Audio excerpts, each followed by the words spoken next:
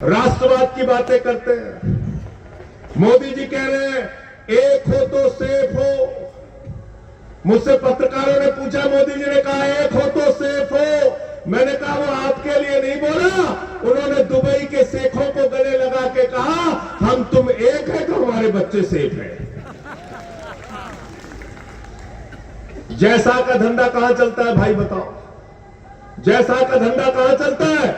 Dubai के शेखों के साथ, कतर के शेखों के साथ। मोदी जी कतर जाते हैं तो ऐसे वहां के शेखों को गले लगाते हैं जैसे बहुत मेले में बिछड़े हुए भाई हैं।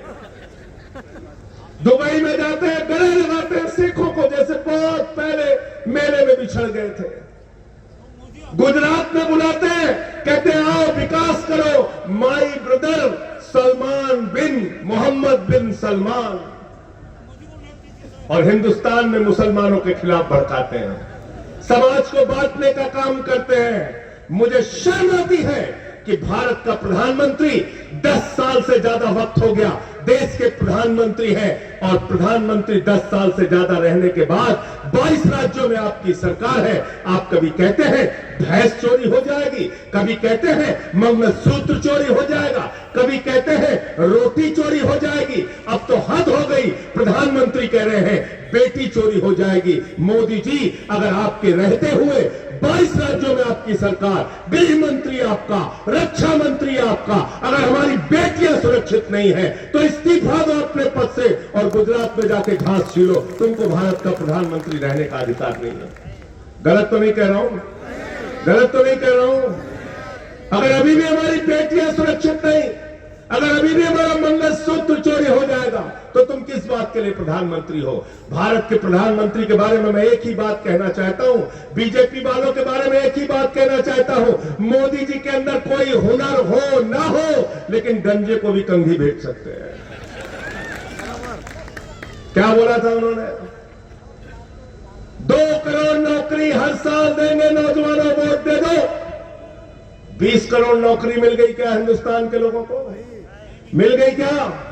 नौजवान आवाज लगा के बताओ, मिली क्या नौकरी आपको? फिर क्या बोले? बोले इतना काला धन लाएंगे, इतना काला धन लाएंगे, हवाई जहाज में भर के लाएंगे, ट्रैक्टर पे लाद के लाएंगे, बैलगाड़ी से लाद के लाएंगे, और हर खाते में कितना जमा कर देंगे? सबको याद है, कोई भूला नहीं है। सबसे ज्यादा नाराज लालू यादव जी थे, कह रहे थे हमारे 7 गो बेटा बेटी, हम और राबड़ी, सबसे ज्यादा पैसा हमारा आने वाला था, आज तक नहीं है। उनको भी धोखा दे दिया। 15 लाख तो छोड़िए, हमारी बहनें यहां पर बैठी है, अपने पति से छिपा के 1500 की नोट घर के संदूक में रखती थी। बेटी की शादी होगी तो ये पैसा काम आएगा, छोटा सा घर बनाना होगा तो ये पैसा काम आएगा, घर में कोई बीमार हो जाएगा तो ये पैसा काम आएगा। नरेंद्र मोदी ने कहा माताओं और बहनों यही तो काला धन है, लाइन में लगो और इसको जमा कर दो, देश में नोटबंदी लगा दी। आपको बदला लेना है। आपका पैसा किसने चुराया? किसने चुराया? नोटबंदी में पैसा किसने चुराया बताओ? आपका पैसा खाली कर दिया, और पैसा उठा के किसको दिया? नीरव मोदी 20,000 करोड़ लेके भाग गया, विजय माल्या 10,000 करोड़ लेके भाग गया, नितिन संदेशरा 6,000 करोड़ लेके भाग गया, ललित मोदी 3,000 करोड़ लेके भाग गया। मोदी जी कहते हैं बटेंगे तो कटेंगे, योगी जी कहते हैं बटेंगे तो कटेंगे। मैं यकीन दिलाना चाहता हूं यहां की जनता बिल्कुल बटेगी नहीं। मुझे नीरव मोदी के घर का पता बताओ, 20,000 करोड़ रुपया लेके आएंगे, बताओ उसका पता। हम मानना चाहते हैं उससे हमारा बैंक जो लूटा गया है। 43 कंपनियों का 3,53,000 करोड़ रुपए इस सरकार ने माफ किया। कौन पूछेगा इनसे? आज भारत प्रति व्यक्ति आय के मामले में 142वें स्थान पे खड़ा है। कौन पूछेगा इनसे? 3,000 किसानों ने महाराष्ट्र में आत्महत्या की, और किसानों से ज्यादा नौजवानों ने बेरोजगारी के कारण आत्महत्या की। कौन पूछेगा इनसे? यह आपकी जिम्मेदारी है मेरे भाइयों और दोस्तों। माताओं बहनों से हाथ जोड़कर विनती करने आया हूं, आपकी जिम्मेदारी है।